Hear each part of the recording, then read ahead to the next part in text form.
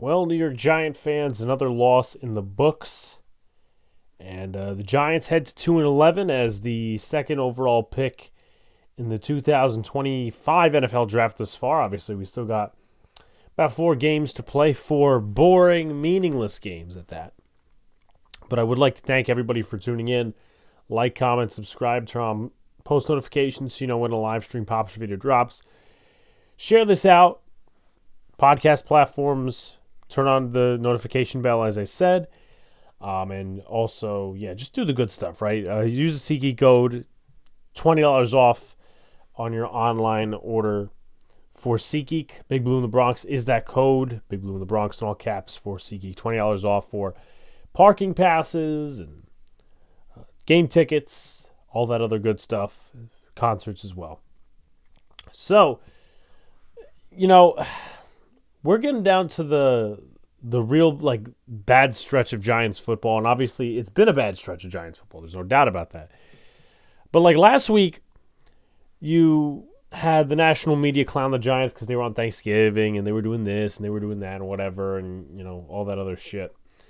But now it's like you're the little brother that nobody cares about, and your family doesn't even care about you anymore because the New York Giants are bad, but they're also boring at the same time.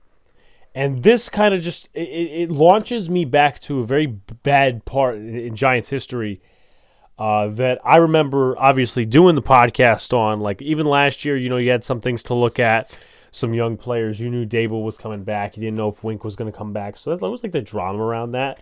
And obviously when we get to the Eagle game, we'll continue to evaluate if Brian Dable's going to get fired, if Joe Shane's going to get fired, if all these different guys are going to get fired. But we got 3-ish weeks to sit here and just mope in total boredom. Because, you could say, well, the Giants played a good game defensively against the Saints and this, that, and the third. And, however you want to construct it. I mean, it was one of the most boring games I think I've ever watched.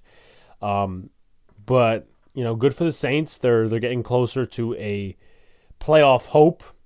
Obviously, that division is not even cut and dry yet. But the New York Giants are just a boring football team. They're bad and they're boring. It used to be in the past, right, where the Tom Coughlin era, you had Odell Beckham Jr., you had Eli Manning, you had good offensive play, bad defensive play, semi-bad O-line play. At least that was before Coughlin left. And you could watch something for the rest of the season, right? Oh yeah, we're gonna watch Odell catch 10 touchdowns and the Giants are going to be 6-10. That's a fun way of looking at it.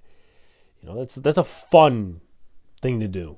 Watch the Giants, but they're entertaining, but they still suck.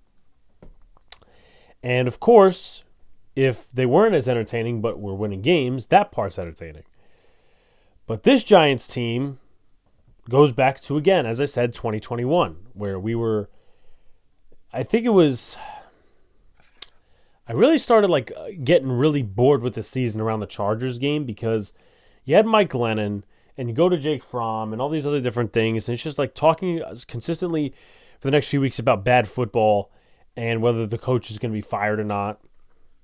And, Dave Gettleman and all this shit. But it's just another bad year of Giants football and boring football at that. And I love the fan, right? The fan who decided to put money into, or the fans, maybe it was a coalition that we don't know about,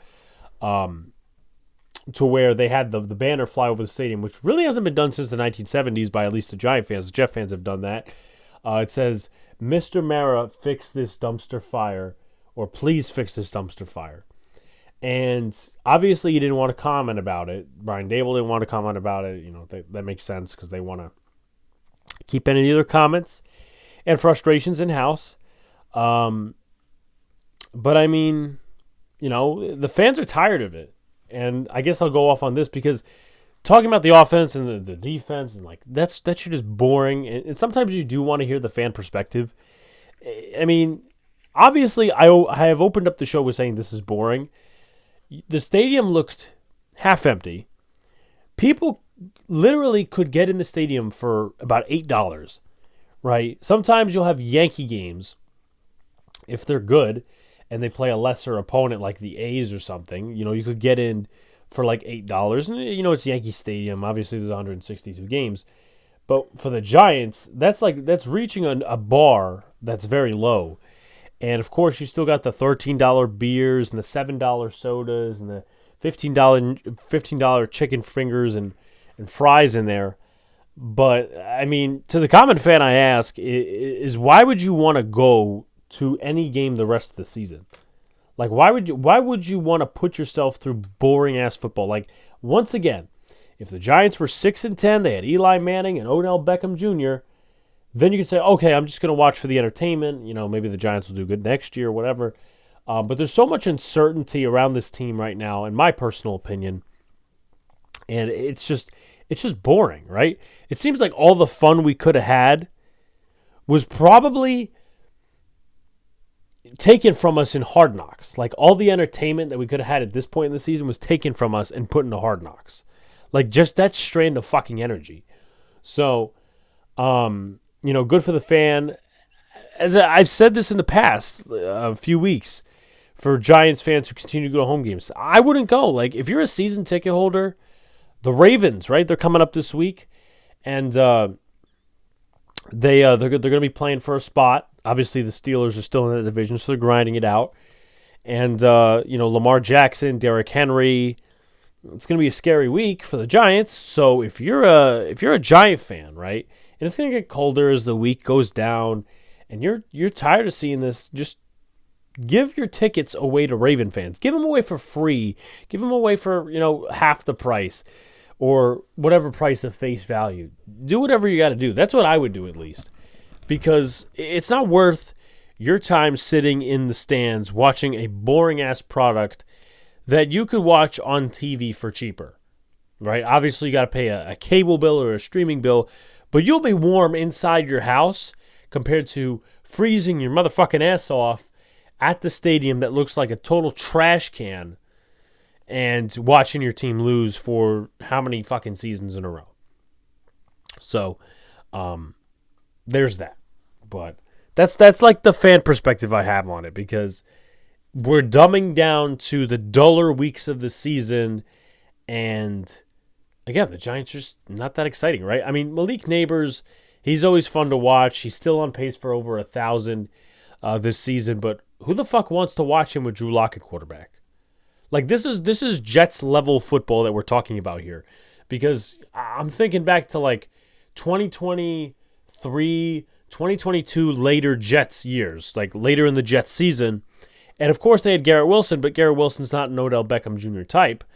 Sorry for the people who don't want to hear that, but it's the truth. That's number one. Number two, I mean, your quarterback is Zach Wilson. So, and it really, I must say this, it really captivates this on both sides of the football, especially defensively, is you just look at the guys that are playing right now, and you just can tell that this is a bad roster and that everything around it is shit. That's what I said the last podcast episode. If you fuck up with at least I think I said it. Maybe I said it on a video of mine. If you fuck up with Daniel Jones at quarterback and you have a team around him, all you got to do is build a team around him. Jones sucks. You take him out. And boom, right? What happens? You insert the new quarterback drafted, traded, or signed, and you guys are contenders. Obviously, there was also the option to draft a quarterback and sit him behind Jones or have some sort of plan for the future. But now, realistically, again, it's just you're looking at possibly another new regime, and who's going to stay, who's going to go, who's this, who's that, who deserves an extension, who's going to let go in free agency. Like, where we are really in that fucking merry-go-round again. And I don't appreciate it because I'm tired of seeing this movie, right? For the 90th time, I could somewhat take, exciting football, exciting bad football. This is boring bad football. Like, I enjoy watching dynasties come about, but not dynasties and play like the Chiefs. I enjoy watching the Bills. I enjoy watching the Lions. And, it's just not even from a fan perspective, it's a product of football. If you showed a random European who knew 1% of the football knowledge that most of you guys do, right? And he or she was looking to get into the sport, would you show them the New York Giants, right? Would you show them the New York Giants or would you show them the Detroit Lions? If you showed them the New York Giants, they're probably getting on a flight back to wherever the fuck they came from. And if you show them the Detroit Lions, they're like, hey, listen, this is a likable team. I can root for them. They seem like a lot of fun. So that's that. But again, like, let's just start on offense. Drew Lock, and this is also, again, part of roster building 101, is Drew Lock had 227 yards, 49 pass attempts. I don't remember the last time the New York Giants had a quarterback throw for 49 times. I know Tommy DeVito didn't do it. I don't think Daniel Jones ever did it. Like, the most passing attempts by Daniel Jones in a game maybe hit 40. Maybe 45, but not like 50. I mean, like, and yes, they had a bad secondary. Like, they traditionally don't have a great secondary. Like, McKinstry, he played well mostly, but there were a couple of times Malik Neighbors got open, especially along the left sideline. You also had Alontae Taylor. Again, these guys aren't great. Nobody's saying that they are, but I mean, the Giants, once again, have set football back a zillion years because they cannot run a fucking functional offense. And, you could see all these different run grades by PFF that this guy did good on the line, that this guy did good on the line, or whatever. You look at the running game. I mean, the running game is atrocious. You could say, 23 carries and 112 yards in a touchdown and 4.9 yards per carry. That's not bad. Well, folks, let's take Drew Lock out of it. 5 carries, 59 yards. So you got 18 carries, doing the math. And let's see, 59 minus 112, vice versa, that is 53 yards, right? So the Giants had 18 carries, 53 yards, and 1 touchdown. That's about 2.9 yards per carry. So to be honest with you, fuck Drew Lock's rushing stats. Cool. He rushed down the sideline on the last drive of the game. Cool. He ran the wrong fucking way on one play. I'm supposed to applaud that. But it's very interesting. Both sides could really not get a running game going for whatever sake it was. I don't know. But of course, it doesn't matter much for the Saints more than it is the Giants because, well, guess what? What happened? The Giants couldn't run the football. The Giants couldn't pass the football. I mean, both offenses were pretty shit, but who won the game? The New Orleans Saints. Like, if the Giants won this game, I'm not celebrating it either, but we're talking about a loss, and you have to talk about those respective things. So, Tyrone Tracy, 16 carries, 45 yards. This is weird. It feels like this always happens against the Giants to where they face these bad rushing defenses. I think Dallas was one of them. And I think Cincy was one of them too, where you come in the game, you game plan, okay, this team is a bad rushing defense. And look what happens. For some reason, you can't run the football because there is no threat at quarterback. You have one threat as a receiver, and that's that. And the Giants took 30 fucking years to involve Daniel Bellinger because one reason, Theo Johnson's out for the rest of the season. So it's not just the personnel decisions that obviously could have you shake your head and scratch your head. It could also be, not roster building and roster management all in one, right? Because you could argue, Joe Shane got Jalen Hyatt and he got, Daniel Bellinger, but those guys aren't used under Brian Daboll unless a zillion guys get hurt. I mean, we're still at the point in the season where, Jalen Hyatt, nobody knows where he is, who he is. He's got 2 targets based off this game. He's got 7 catches for 53 yards. I mean, does Bryce Ford Wheaton, who's been injured the last few weeks, does he have more than that? Does Chris Manhertz have more than that? I mean, this is a 3rd-round pick. Like, this is wasted assets that we're looking at here. And not like we didn't look at them, weeks prior. We did. But it's just coming to fruition, of course, still now because this team sucks. And normally at this point in the season, it's so funny, right? Obviously, I asked Daboll about Jalen Hyatt last year after the Pats game, and obviously he said he needed to keep doing what he was doing, whatever. And when he was asked about that banner that flew over the stadium in the fan message, he was talking about, we're going to do our thing and let the young players play. I mean, Slayton's not coming back next year, right? You didn't give Sterling. It's so weird the way this organization props itself, because you had Sterling Shepard last year who didn't really get much attention outside of the Eagle game, the last game, because they knew it was going to be his last game in uniform. Meanwhile, we still spot out and trot out Darius Slayton. You still go with these 2 tight end packages for Chris Manhurts, who's not going to be here next year. And you for some reason, Jalen Hyatt is still in the fucking doghouse. Like, it just doesn't make any sense to me. And, of course, Daniel Bellinger, who was getting less snaps than Manhurts before the Theo injury, he gets 5 receptions for 45 yards. I mean, respectfully speaking, we knew Daniel Bellinger was this type of tight end. Like, I'd still believe that he's a very good tight end. I think the Giants are misusing him. I think they're just manipulating him by not using him. I think it's utterly friggin' ridiculous. But, I mean, it is what it is. I mean, you had a couple of drops by Slayton. I think it was Slayton, Tracy, and Robinson.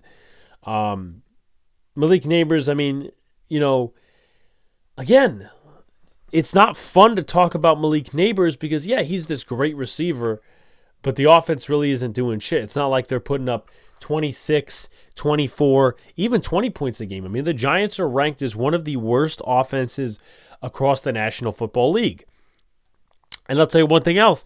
It doesn't help that the Giants have lingering injuries on the offensive line. Now, Azudu obviously came in because Illuminor hurt. All right? Chris Hubbard, I think he was active or he was inactive, but they chose not to play him.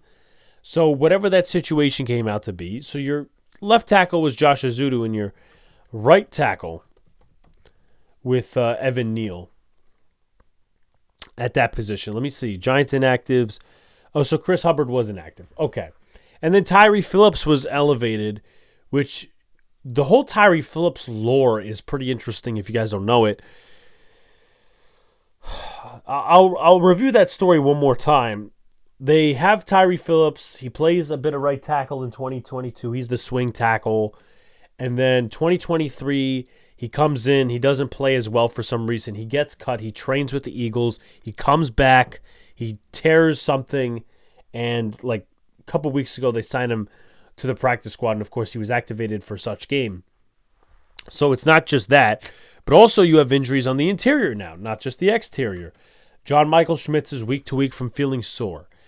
John Runyon, a lot of people are speculating he's done for the year with a knee injury.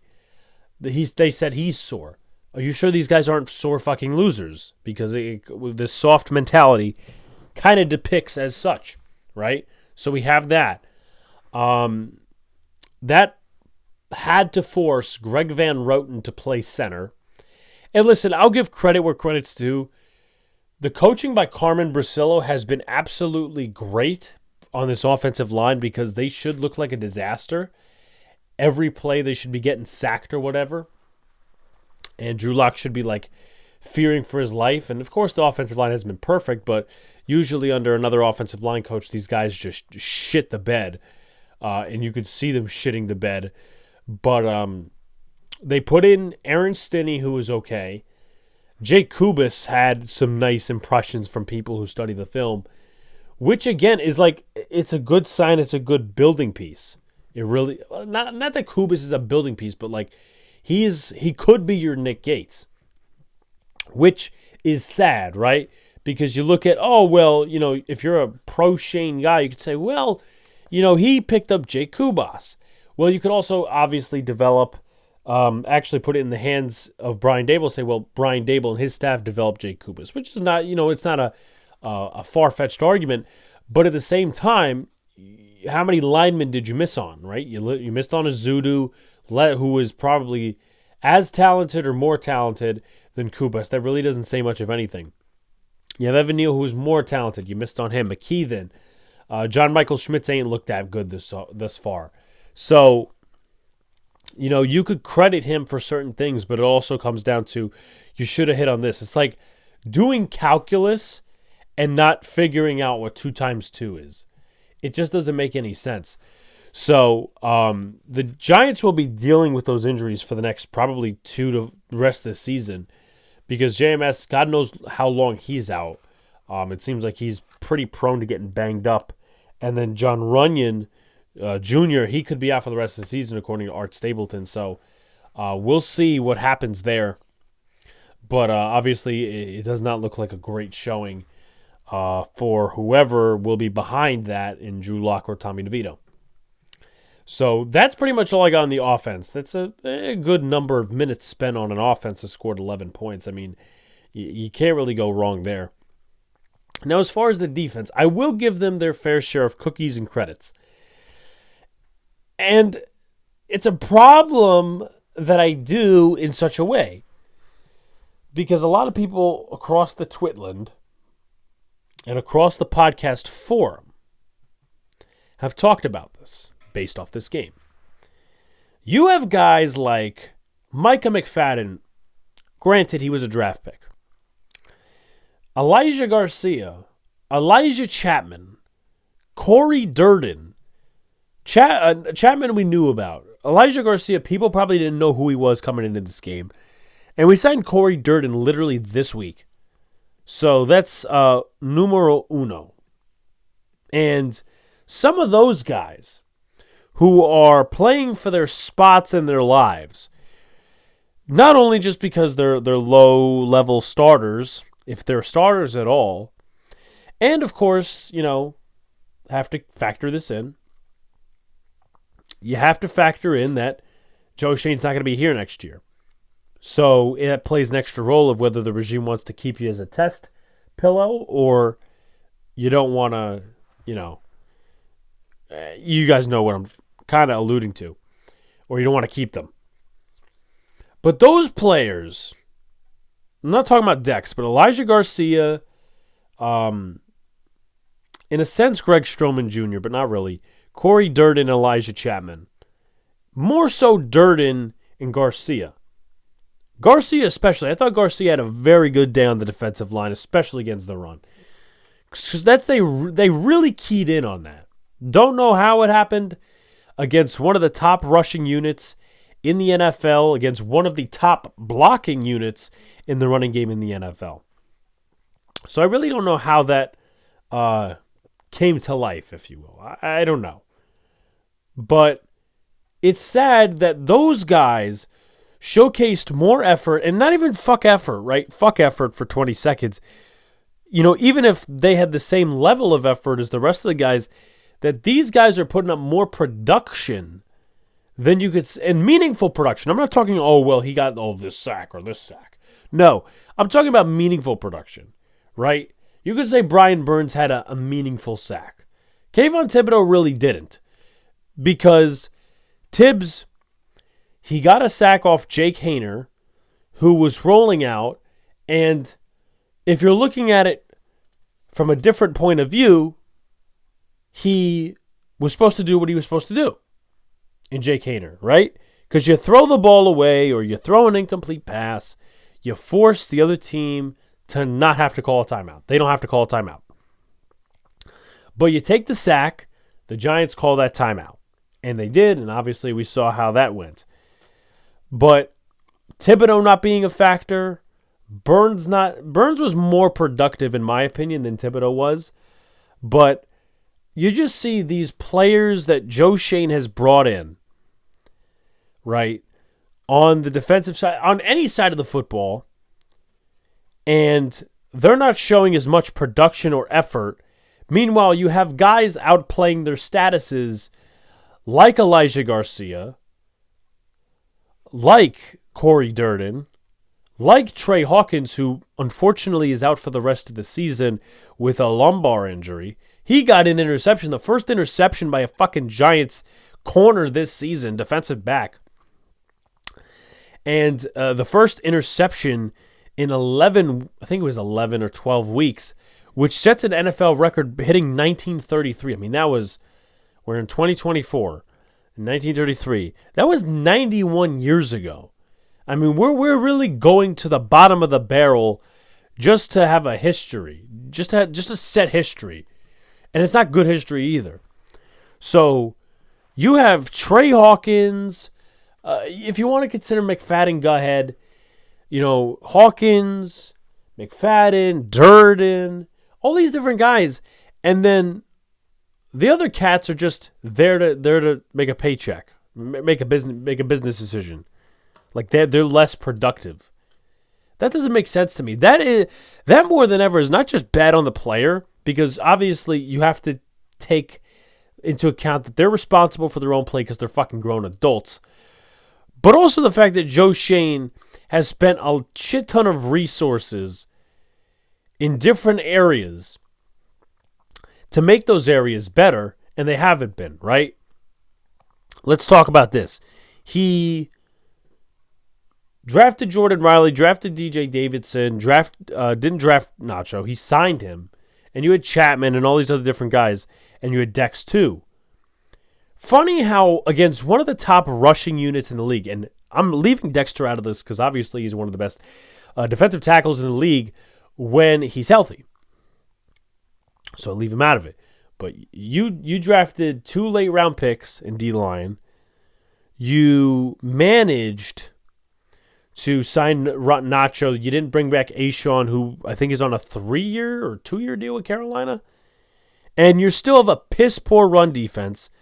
But based off of one game with literal practice squad players, these guys do good and they do their job compared to guys you have already brought in. And Trey Hawkins, who I thought had a pretty good game, unfortunately, again, out with a lumbar injury. But, these guys have more fire for some reason than the players, again, that Joe Schoen has brought in. Where's that fire from Banks, right? Where's that fire from Cordell Flott? Where's that fire from some of these other cats? To be honest, I'm not seeing it.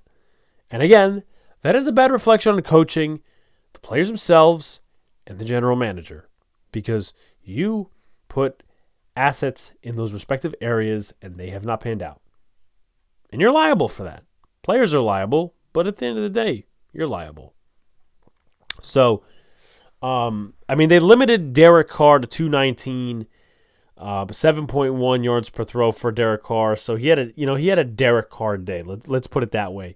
He had a touchdown. He had the INT, of course, which was that touchdown was interesting because he was wide open in the middle of the field, and Jason Pinnock or was Nubin. It was one of those two guys did not see the man in the middle of the field and Juwan Johnson. He had a couple of steps to the end zone. Again, didn't make any sense. So you had you had him. As I said, the run defense was pretty good. Valdez Scantling, it seems like he's been very explosive for the New Orleans receiving corps, and they did a good job of spreading the ball. They did a good job of that, so I can't really blame them. But the Giants forced 13 TFLs, which is I haven't seen that from the Giants defense in a number of fucking years. You had Burns, you had Thibodeau, you had Jackson, you had Micah McFadden, you had Jordan Riley, you had Chapman, you had Corey Durden. I don't know why Elijah Garcia didn't get credited, but he did a very good job. I guess he didn't get credited with a tackle for the loss. So, yeah. So that was pretty much the way the defense played for the respective amount of the game. Now, final thoughts. As far as the New York Giants go, if you're a fan, all I'm going to say is this: get ready for another boring few weeks. Because you're not going to hear rumors or any of this shit about firings and hirings and who's going to be this and who's going to do that until the Eagles week, which is on January 5th. So we have about less than a month to work with, and we got 3 games in between that. Of course, in the holiday season, in its great little way. And the only thing we can root for, I guess, is Malik Neighbors, 1,000 yards, and a number of other things. So, the Ravens, that's who the Giants play this upcoming week. Should have a preview pod talking about the same old nonsense, and of course, a playoff-hungry Baltimore Ravens team who sits at 8-5, coming into MetLife Stadium.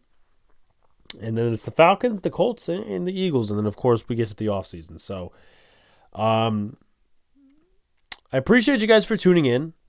Like, comment, subscribe, turn on post notifications so you know when a live stream pops through. Drop, share out on the podcast platforms.